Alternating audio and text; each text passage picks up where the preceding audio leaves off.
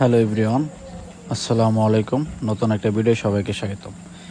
কৃত্রিম ব্যাঙ দিয়ে কীভাবে মাছ ধরা হয় সেটা দেখেন এবং পুরো ভিডিওটা দেখে যাবেন।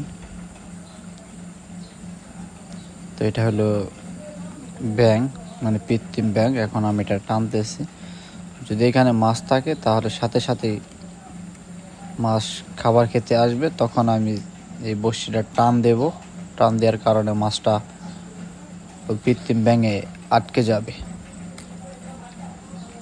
তো এটা মালয়েশিয়া পাম বাগানে মাছ শিকার করতেছি আমি। মালয়েশিয়া পাম বাগানে প্রচণ্ড পরিমাণে মাছ পাওয়া যায়।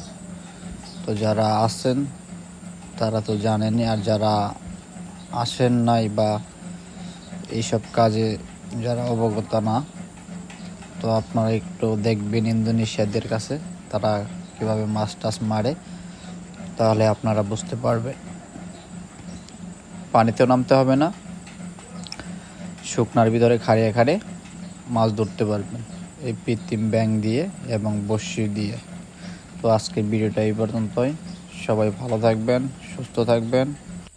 যারা প্রবাসী আছেন অবশ্যই শরীর স্বাস্থ্যের দিকটা